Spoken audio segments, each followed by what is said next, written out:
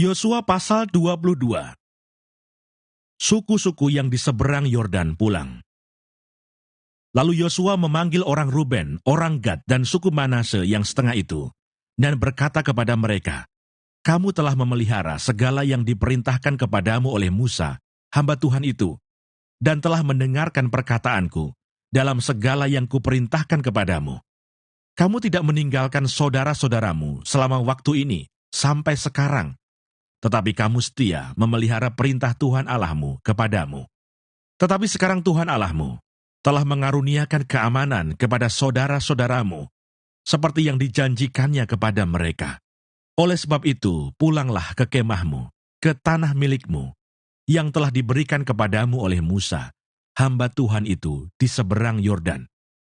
Hanya lakukanlah dengan sangat setia perintah dan hukum yang diperintahkan kepadamu oleh Musa, hamba Tuhan itu, yakni mengasihi Tuhan Allahmu, hidup menurut segala jalan yang ditunjukkannya, tetap mengikuti perintahnya, berpaut padanya, dan berbakti kepadanya dengan segenap hatimu dan dengan segenap jiwamu." Lalu Yosua memberkati mereka dan melepas mereka pergi. Maka pulanglah mereka ke kemah mereka. Kepada suku Manase yang setengah telah diberikan Musa bagian mereka di Basan. Kepada suku yang setengah lagi telah diberikan Yosua bagian mereka di antara saudara-saudara mereka di sebelah barat sungai Yordan. Lagipun ketika Yosua melepas mereka pergi ke kemah mereka, setelah memberkati mereka, maka ia berkata kepada mereka demikian, "Pulanglah ke kemahmu dengan kekayaan yang banyak, dan dengan sangat banyak ternak, dengan perak, emas, tembaga, besi, dan dengan pakaian yang sangat banyak.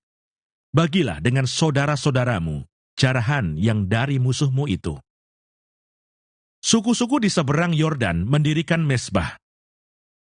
Maka pulanglah Bani Ruben, Bani Gad, dan suku Manase yang setengah itu, dan mereka pergi meninggalkan orang Israel keluar dari Silo di tanah Kanaan untuk pergi ke tanah Gilead, tanah milik mereka, yang didiami mereka sesuai dengan titah Tuhan dengan perantaraan Musa. Ketika mereka sampai ke Gilelot pada sungai Yordan yang di tanah Kanaan, maka Bani Ruben, Bani Gad, dan suku Manase yang setengah itu mendirikan mezbah di sana, di tepi sungai Yordan, mezbah yang besar bangunannya. Lalu terdengarlah oleh orang Israel itu cakap orang, telah didirikan mezbah oleh Bani Ruben, Bani Gad, dan suku Manase yang setengah itu. Mezbah menghadap ke tanah Kanaan, di Gelilot pada sungai Yordan, di sebelah wilayah orang Israel. Ketika hal itu terdengar oleh orang Israel, berkumpullah segenap umat Israel di Silo untuk maju memerangi mereka. Kemudian orang Israel mengutus kepada Bani Ruben, kepada Bani Gad, dan kepada suku Manase yang setengah itu, ke tanah Gilead, Imam Pinehas bin Eleazar, dan bersama-sama dengan dia 10 pemimpin, yakni seorang pemimpin kaum keluarga, sebagai wakil tiap-tiap suku Israel. Masing-masing mereka itu kepala kaum keluarganya, di antara kaum-kaum orang Israel. Setelah mereka sampai kepada Bani Ruben, kepada Bani Gad, dan kepada suku Manase yang setengah itu di tanah Gilead, berkatalah mereka kepada orang-orang itu demikian, "Beginilah kata segenap umat Tuhan, apa macam perbuatanmu yang tidak setia ini terhadap Allah Israel, dengan sekarang berbalik daripada Tuhan, dan mendirikan mezbah bagimu. Dengan demikian, memberontak terhadap Tuhan pada hari ini. Belum cukupkah bagi kita noda yang di Peor itu, yang daripadanya kita belum mentahirkan diri sampai hari ini, dan yang menyebabkan umat Tuhan kena tulah, sehingga kamu berbalik pula sekarang ini, membelakangi Tuhan. Jika kamu hari ini memberontak terhadap Tuhan, maka besok ia akan murka kepada segenap umat Israel. Akan tetapi, jika sekiranya tanah milikmu itu najis, marilah menyeberang ke tanah milik Tuhan, tempat kedudukan kemah suci Tuhan, dan menetaplah di tengah-tengah kami. Tetapi janganlah memberontak terhadap Tuhan, dan janganlah memberontak terhadap kami, dengan mendirikan mezbah bagimu sendiri, selain dari mezbah Tuhan Allah kita." Ketika Akan bin Serah berubah setia dengan mengambil barang-barang yang dikhususkan, bukankah segenap umat Israel kena murka? Bukan orang itu saja yang mati karena dosanya. Lalu jawab Bani Ruben, Bani Gad, dan suku Manasye yang setengah itu katanya kepada para kepala kaum-kaum orang Israel, Allah segala Allah, Tuhan, Allah segala Allah, Tuhan. Dialah yang mengetahui, dan patutlah orang Israel mengetahuinya juga. Jika sekiranya hal ini terjadi dengan maksud memberontak, atau dengan maksud berubah setia terhadap Tuhan, biarlah jangan Tuhan selamatkan kami pada hari ini. Jika sekiranya kami mendirikan mezbah untuk berbalik daripada Tuhan, untuk mempersembahkan korban bakaran dan korban sajian di atasnya, serta korban keselamatan di atasnya, biarlah Tuhan sendiri yang menuntut balas terhadap kami. Tetapi sesungguhnya kami telah melakukannya karena cemas, sebab pikir kami, di kemudian hari, anak-anak kamu mungkin berkata kepada anak-anak kami demikian, apakah sangkut pautmu dengan Tuhan Allah Israel? Bukankah Tuhan telah menentukan sungai Yordan sebagai batas antara kami dan kamu? Hai orang Bani Ruben dan Bani Gad, kamu tidak mempunyai bagian akan Tuhan. Demikianlah mungkin anak-anak kamu membuat anak-anak kami berhenti daripada takut akan Tuhan. Sebab itu kata kami, biarlah kita mendirikan mezbah itu bagi kita. Bukanlah untuk korban bakaran, dan bukanlah untuk korban sembelihan. Tetapi supaya mezbah itu menjadi saksi antara kami dan kamu, dan antara keturunan kita kemudian, bahwa kami tetap beribadah kepada Tuhan di hadapannya dengan korban bakaran, korban sembelihan, dan korban keselamatan kami.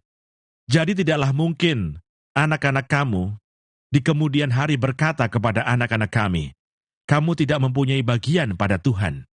Lagi kata kami, apabila di kemudian hari demikian dikatakan mereka kepada kita dan kepada keturunan kita, maka kita akan berkata, tengoklah bangunan tiruan mezbah Tuhan itu, yang telah dibuat oleh nenek moyang kami, bukan untuk korban bakaran dan bukan untuk korban sembelihan.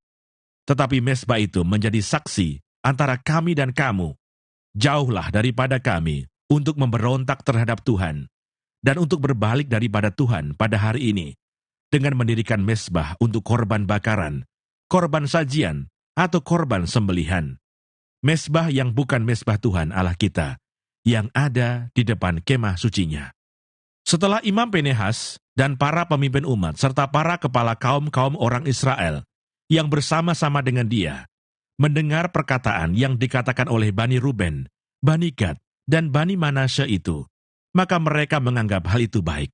Kemudian berkatalah Imam Pinehas bin Eleazar kepada Bani Ruben, Bani Gad, dan Bani Manasye, sekarang tahulah kami, bahwa Tuhan ada di tengah-tengah kita, sebab tidaklah kamu berubah setia terhadap Tuhan. Dengan demikian, kamu telah melepaskan orang Israel dari hukuman Tuhan. Sesudah itu Imam Pinehas bin Eleazar, serta para pemimpin itu, meninggalkan Bani Ruben dan Bani Gad di tanah Gilead, pulang ke Kanaan kepada orang Israel, lalu disampaikanlah berita itu kepada mereka. Hal itu dipandang baik oleh orang Israel, sehingga orang Israel memuji Allah dan tidak lagi berkata, hendak maju memerangi mereka untuk memusnahkan negeri yang didiami Bani Ruben dan Bani Gad itu. Dan Bani Ruben dan Bani Gad menamai mezbah itu saksi, karena inilah saksi antara kita, bahwa Tuhan itulah Allah. Yosua pasal 23. Pidato perpisahan Yosua kepada para pemimpin bangsa itu.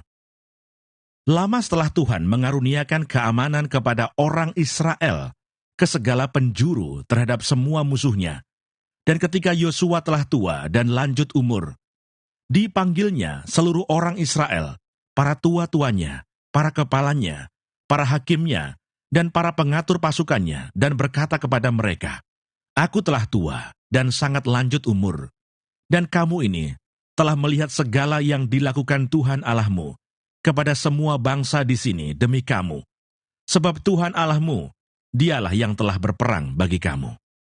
Ingatlah, aku telah membagikan dengan membuang undi bangsa-bangsa yang masih tinggal ini, kepada suku-sukumu menjadi milik pusakamu. Seperti juga semua bangsa yang telah kulenyapkan hari itu, mulai dari sungai Yordan sampai ke laut besar di sebelah matahari terbenam. Dan Tuhan Allahmu, dialah yang akan mengusir dan menghalau mereka dari depanmu, sehingga kamu menduduki negeri mereka, seperti yang dijanjikan kepadamu oleh Tuhan Allahmu. Kuatkanlah benar-benar hatimu dalam memelihara dan melakukan segala yang tertulis dalam kitab hukum Musa, supaya kamu jangan menyimpang ke kanan atau ke kiri, dan supaya kamu jangan bergaul dengan bangsa-bangsa yang masih tinggal di antaramu itu, serta mengakui nama Allah mereka, dan bersumpah demi nama itu, dan beribadah atau sujud menyembah kepada mereka. Tetapi kamu harus berpaut pada Tuhan Allahmu, seperti yang kamu lakukan sampai sekarang. Bukankah Tuhan telah menghalau bangsa-bangsa yang besar dan kuat dari depanmu? Dan akan kamu ini, seorang pun tidak ada yang tahan menghadapi kamu sampai sekarang. Satu orang saja daripada kamu dapat mengejar 1.000 orang. Sebab Tuhan Allahmu, dialah yang berperang bagi kamu, seperti yang dijanjikannya kepadamu. Maka demi nyawamu, bertekunlah mengasihi Tuhan Allahmu. Sebab jika kamu berbalik dan berpaut kepada sisa bangsa-bangsa ini, yang masih tinggal di antara kamu, kawin-mengawin dengan mereka, serta bergaul dengan mereka, dan mereka dengan kamu, maka ketahuilah dengan sesungguhnya, bahwa Tuhan Allahmu tidak akan menghalau lagi bangsa-bangsa itu dari depanmu. Tetapi mereka akan menjadi perangkap dan jerat bagimu, menjadi cambuk pada lambungmu, dan duri di matamu, sampai kamu binasa dari tanah yang baik ini, yang telah diberikan kepadamu oleh Tuhan Allahmu. Maka sekarang sebentar lagi, aku akan menempuh jalan segala yang fana. Sebab itu insaflah dengan segenap hatimu dan segenap jiwamu, bahwa satu pun dari segala yang baik yang telah dijanjikan kepadamu oleh Tuhan Allahmu, tidak ada yang tidak dipenuhi. Semuanya telah dikenapi bagimu. Tidak ada satupun yang tidak dipenuhi. Tetapi seperti telah datang atas kamu segala yang baik, yang telah dijanjikan kepadamu oleh Tuhan Allahmu, demikianlah Tuhan akan mendatangkan atas kamu segala yang tidak baik, sampai Ia telah memusnahkan kamu dari tanah yang baik ini, yang diberikan kepadamu oleh Tuhan Allahmu. Apabila kamu melangkahi perjanjian yang telah diperintahkan kepadamu oleh Tuhan Allahmu, dan pergi beribadah kepada Allah lain, dan sujud menyembah kepada mereka, maka murka Tuhan akan bangkit terhadap kamu, sehingga kamu segera binasa dari negeri yang baik yang telah diberikannya kepadamu. Yosua pasal 24. Pembaruan perjanjian di Sikem. Kemudian Yosua mengumpulkan semua suku orang Israel di Sikem. Dipanggilnya para tua-tua orang Israel, para kepalanya, para hakimnya, dan para pengatur pasukannya. Lalu mereka berdiri di hadapan Allah. Berkatalah Yosua kepada seluruh bangsa itu, "Beginilah firman Tuhan Allah Israel. Dahulu kala, di seberang sungai Efrat, disitulah diam nenek moyangmu, yakni Terah, ayah Abraham, dan ayah Nahor, dan mereka beribadah kepada Allah lain. Tetapi aku mengambil Abraham bapamu itu dari seberang sungai Efrat, dan menyuruh dia menjelajahi seluruh tanah Kanaan.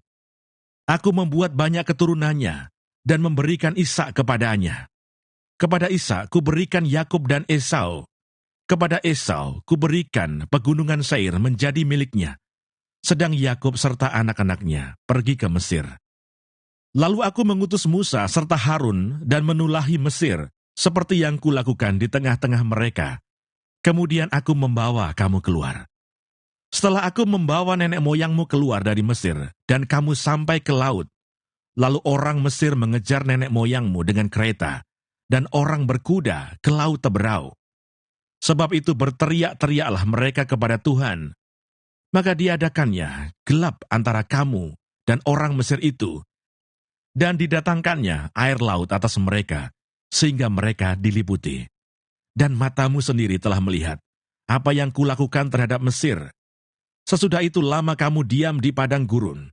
Aku membawa kamu ke negeri orang Amori yang diam di seberang sungai Yordan. Dan ketika mereka berperang melawan kamu, mereka kuserahkan ke dalam tanganmu, sehingga kamu menduduki negerinya, sedang mereka kupunahkan dari depan kamu.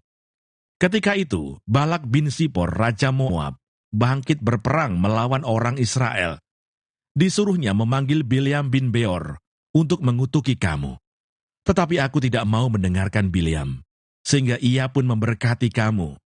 Demikianlah aku melepaskan kamu dari tangannya. Setelah kamu menyeberangi sungai Yordan dan sampai ke Yeriko, berperanglah melawan kamu warga-warga kota Yeriko, orang Amori, orang Feris, orang Kanaan, orang Het, orang Girgasi, orang Hewi, dan orang Yebus. Tetapi mereka itu kuserahkan ke dalam tanganmu. Kemudian aku melepaskan tabuhan mendahului kamu, dan binatang-binatang ini menghalau mereka dari depanmu, seperti kedua raja orang Amori itu. Sesungguhnya, bukan oleh pedangmu, dan bukan pula oleh panahmu. Demikianlah kuberikan kepadamu negeri yang kamu peroleh tanpa bersusah-susah, dan kota-kota yang tidak kamu dirikan, tetapi kamulah yang diam di dalamnya, juga kebun-kebun anggur dan kebun-kebun zaitun yang tidak kamu tanami, kamulah yang makan hasilnya.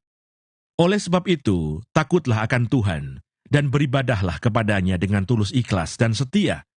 Jauhkanlah Allah yang kepadanya nenek moyangmu telah beribadah di seberang sungai Efrat dan di Mesir, dan beribadahlah kepada Tuhan. Tetapi jika kamu anggap tidak baik untuk beribadah kepada Tuhan, pilihlah pada hari ini kepada siapa kamu akan beribadah. Allah yang kepadanya nenek moyangmu beribadah di seberang sungai Efrat, atau Allah orang Amori, yang negerinya kamu diami ini. Tetapi aku dan seisi rumahku, kami akan beribadah kepada Tuhan. Lalu bangsa itu menjawab, jauhlah daripada kami meninggalkan Tuhan untuk beribadah kepada Allah lain. Sebab Tuhan Allah kita, dialah yang telah menuntun kita dan nenek moyang kita dari tanah Mesir, dari rumah perbudakan, dan yang telah melakukan tanda-tanda mukjizat yang besar ini di depan mata kita sendiri, dan yang telah melindungi kita sepanjang jalan yang kita tempuh. Dan di antara semua bangsa yang kita lalui, Tuhan menghalau semua bangsa dan orang Amori, penduduk negeri ini, dari depan kita. Kami pun akan beribadah kepada Tuhan, sebab dialah Allah kita. Tetapi Yosua berkata kepada bangsa itu, tidaklah kamu sanggup beribadah kepada Tuhan, sebab dialah Allah yang kudus. Dialah Allah yang cemburu. Ia tidak akan mengampuni kesalahan dan dosamu. Apabila kamu meninggalkan Tuhan dan beribadah kepada Allah asing, maka ia akan berbalik daripadamu dan melakukan yang tidak baik kepada kamu, serta membinasakan kamu, setelah ia melakukan yang baik kepada kamu dahulu. Tetapi bangsa itu berkata kepada Yosua, tidak, hanya kepada Tuhan saja kami akan beribadah. Kemudian berkatalah Yosua kepada bangsa itu, kamulah saksi terhadap kamu sendiri, bahwa kamu telah memilih Tuhan untuk beribadah kepadanya. Jawab mereka, kamilah saksi. Ia berkata, maka sekarang, jauhkanlah Allah asing yang ada di tengah-tengah kamu, dan condongkanlah hatimu kepada Tuhan Allah Israel. Lalu jawab bangsa itu kepada Yosua, kepada Tuhan Allah kita, kami akan beribadah, dan firman-Nya akan kami dengarkan. Pada hari itu juga Yosua mengikat perjanjian dengan bangsa itu, dan membuat ketetapan dan peraturan bagi mereka di Sikem. Yosua menuliskan semuanya itu dalam kitab hukum Allah. Lalu ia mengambil batu yang besar dan mendirikannya di sana, di bawah pohon besar, di tempat kudus Tuhan. Kata Yosua kepada seluruh bangsa itu, sesungguhnya batu inilah akan menjadi saksi terhadap kita, sebab telah didengarnya segala firman Tuhan yang diucapkannya kepada kita. Sebab itu batu ini akan menjadi saksi terhadap kamu, supaya kamu jangan menyangkal Allahmu. Sesudah itu Yosua melepas bangsa itu pergi, masing-masing ke milik pusakanya. Yosua dan Eleazar mati dan dikuburkan, tulang-tulang Yusuf dikuburkan. Dan sesudah peristiwa-peristiwa ini, maka matilah Yosua bin Nun, hamba Tuhan itu, ketika berumur 110 tahun. Lalu ia dikuburkan di daerah milik pusakanya, di Timnat Serah, yang di pegunungan Efraim, di sebelah utara Gunung Gaas. Orang Israel beribadah kepada Tuhan sepanjang zaman Yosua dan sepanjang zaman para tua-tua yang hidup lebih lama daripada Yosua, dan yang mengenal segenap perbuatan yang dilakukan Tuhan bagi orang Israel. Tulang-tulang Yusuf yang dibawa orang Israel dari Mesir, dikuburkan mereka di Sikem, di tanah milik yang dibeli Yakub dengan harga 100 kesita dari anak-anak Hemor, bapa Sikem, dan yang ditentukan bagi Bani Yusuf menjadi milik pusaka mereka. Juga Eleazar bin Harun mati, dan dia dikuburkan di bukit yang diberikan kepada Pinehas anaknya itu, di pegunungan Efraim.